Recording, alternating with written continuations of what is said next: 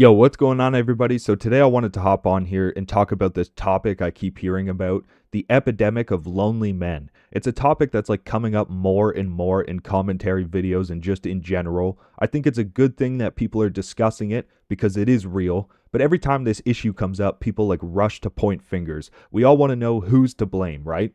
Well, I think we can actually get to the bottom of this pretty quickly.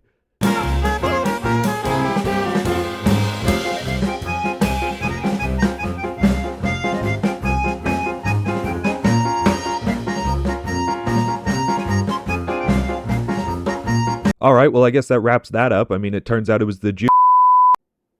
I'm just fucking around. That was a joke. Okay, that was just a joke. I have some real theories, though, on what I think actually happened. I'm going to cover the main reasons I think men are lonelier than they've ever been. And it might sound a bit pessimistic or negative throughout this video, but I promise I bring it back around at the end. But right off the bat, I need to say something here. If anyone tries to comment any dumbass pill ideology shit, I mean, you got two choices in life, right? Keep leading a miserable life with a victim mentality and keep using it as a cop-out so you never have to change and be weak, right? Or change your mindset and improve your life. That's all I'm going to say on that. I'm just trying to avoid getting any of those retards in my comments. Okay, now for what I think the real issues are. I think the issue is that we've built a world that rewards avoidance more than effort. Right? Our brains are wired to take the path of least resistance, and a lot of men are taking it. Avoid trying to date, avoid social situations, avoiding rejection and judgment. I know guys my age who literally say things like, I'll be single forever, I'm fine never meeting anyone. And there's a lot of guys out there who have completely given up on the idea of trying to find a real connection, or even just putting themselves out there socially, regardless of dating. I didn't personally experience any loneliness until about my mid-20s. I went through a stint, a few years in my life where I was spending almost all my time alone. You know, I was pretty depressed and angry. I smoked a ton of weed, like a lot, and I didn't really know how to deal with it.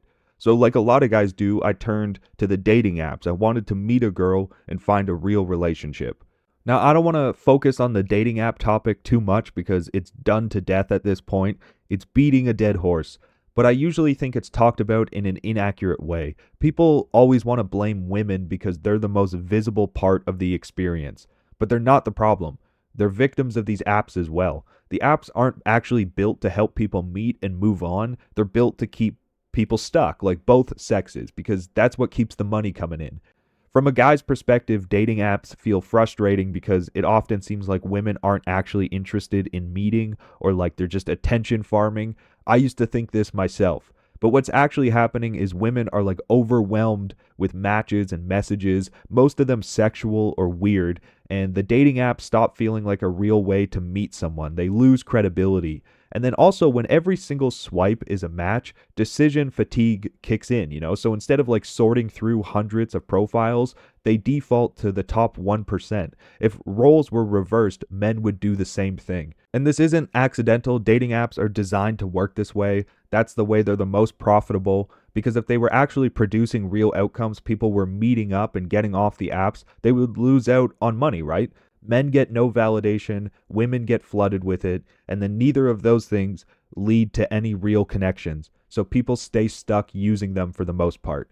Even the visibility isn't random. If you use the apps every day, they quietly stop showing your profile, and then they prompt you to pay to be seen with like boosts and buying more likes. When you delete the app and come back like a month later, it suddenly feels like it's working again, you know, like, and that's by design. They've given you just enough success to keep you hooked, and then they pull it away and they prompt you to buy shit.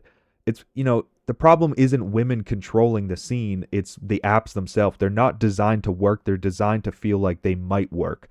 I just wanted to clear that up because the discussion around them always seems to be pretty negative towards women, like they control this whole thing, when that's not true at all. They're designed to be this very scammy bullshit. Now, I don't want to like stray from my main point too much here, so I'm going to circle back a bit. But when dating apps are, you know, seen as one of the main ways you're able to meet someone in today's world, and your experience is this corrupt garbage, avoiding it altogether starts to feel way easier than staying in the fight. Avoidance costs less, hurts less, and it's a lot easier than trying.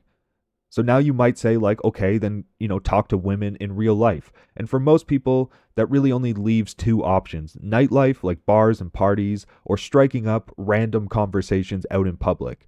And again, the topic of why men stopped going out is done to death, and I'm just going to sum it up here to prove a point. Nightlife sucks ass for men now because it's expensive, high pressure, it's stacked against you, you're paying stupid money to get in the door and buy drinks, the whole environment is superficial, you're competing for attention, it's all a performance. You're paying money to lose. So they stopped going. We all stopped going out. Yeah. We've heard that a million times. And also it's very difficult to even meet, women at a bar, and if you somehow pull it off, there's a pretty good chance that it's not going to last. So once again, taking all those points into consideration, avoiding the nightlife hurts a lot less, it costs a lot less than trying. So, we avoid it. So let's move on to striking up conversation in public. This is going to sound a bit bleak, but I'll bring it back around at the end, so stick with me here. For the most part, striking up random conversation in public today makes people assume the worst. You're not really seen as confident, you're seen as weird, and people look at you like you've got three heads. Everything being pushed online has made real life interactions pretty awkward. People are glued to their phones and wearing headphones, clearly not very approachable, and conversations are harder to start. And then you're probably already overthinking it in your head before you even say a word. So you always hear these stories of someone's grandpa saying I went to the coffee shop every day at 4 p.m. Your grandmother worked behind the counter and I kept asking her out every day until she finally said yes. Right? We've all heard that shit. But if you tried that today, by the third visit, the cops would be waiting for you. You'd be pepper sprayed and banned from the building. Real life interaction has started to feel kind of risky and discouraged. And that's created a lot of anxious and awkward men, guys who want to interact, but when they try, they kind of fall apart. Unplanned conversations with strangers feels dangerous, right? There's no margin for error. If you misspeak, it can go badly. If someone takes something the wrong way, it can escalate. People are always worried about being judged or misunderstood. Compliments feel risky. Jokes are risky. So people don't really brush things off or give you the benefit of the doubt the way they used to. So again, we had to adapt, and a lot of men adapted by choosing avoidance, avoiding social interactions to minimize risk.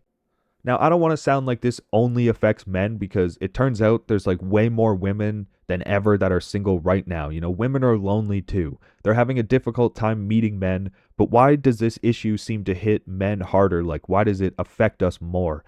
And I think it's just because it's tied directly to how we measure our self-worth. It isn't just about loneliness. For most of history, men's purpose and identity have been grounded in two things: work and being needed. You're either a workaholic, a breadwinner, or you're a family man, someone that people rely on. You're protecting them. And that's been the deal for basically forever. The problem is, in today's world, both of those things are harder than they ever have been to achieve. Good careers that you actually care about are hard as fuck to get. Starting a family is difficult when buying a house is insanely expensive and meeting people is at an all-time low. These milestones are being pushed further out, and then men are still judged by themselves and by society on these standards, even though the path to meeting them is way harder. So subconsciously, I believe that this affects us more than we think, especially really badly if you have people around you siblings or friends and they're all achieving these milestones and you still haven't. Women and children are loved unconditionally, which I think is a good thing. Do not get me wrong on that. That's a good thing.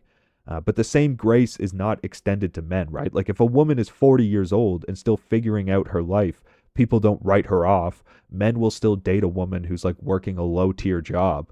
But if you're a man child, that's one of the most negatively viewed things in society. A grown man, say 30 or 35 years old, without a family, without clear prospects, without a good job, the world doesn't really look at you with patience. It's disgusted by you. So you're seen as a failure. So again, why put yourself out there? Why try when you're just going to be judged? Isolation is way easier. Retreating to your room to rip video games and goon, distract yourself. We've built this world that rewards avoidance more than trying. Now, I could keep dwelling on how fucked up the system is and how everything is messed up and we're screwed, but I don't want that to be the main point. I think it's more useful to talk about how to deal with it. because it can't all be bad. Like I said earlier, this at one point was a big issue in my life, and sometimes it still is. But I've learned how to deal with it a lot better than I used to. Learning how to be comfortable with yourself once you can actually be happy alone, you're winning. You just have to learn how to fill your time with things that aren't instant gratification, like weed and booze and porn and video games, all that bullshit, right? That took me forever to figure out. You need to like build your individualism and your confidence through other routes. I don't know, like I started hiking alone, getting into photography, joining gyms, trying MMA, working on random side projects to fill my time. Like I tried to build a stupid app where I would like feed it my credit card statement for the month and it would break things down into categories of what I spent money on. It didn't work, but whatever. I tried drop shipping even though I was like 10 years late. I tried affiliate marketing. I built a shop selling my like film photography prints. I was just constantly working on bullshit to fill my time. And once you finally get small results, like little wins, it boosts your confidence more than you can imagine. And when you're confident and happy alone, more rounded as an individual, people are attracted to you. It doesn't solve the bigger issue. Men are still having it rough right now, when it comes to meeting people and being lonely. But these are just steps I saw results from that maybe other people could take. I'm not saying your path has to be like identical. I'm just saying for a long time that I was like sad and miserable and blaming the world. But unfortunately, nobody owes you anything and you're going to have to make it on your own. I don't know if anybody's ever read the book, The Subtle Art of Not Giving a Fuck, but there's a point in that book that stuck with me. It's like the more you obsess over something, the harder it is to get. When you stop fixating and just like focus on living your life, good things tend to show up as a byproduct. So focus on yourself by exploring new interests and building a fuller life, and people will start popping up naturally. That's also part of why women tend to be like less affected by this, because when things aren't going well, men usually retract inward while women are more likely to push outward. So, anyways, hopefully this wasn't like too ranty and there's some takeaways in it. If you made it this far, I appreciate you. Peace.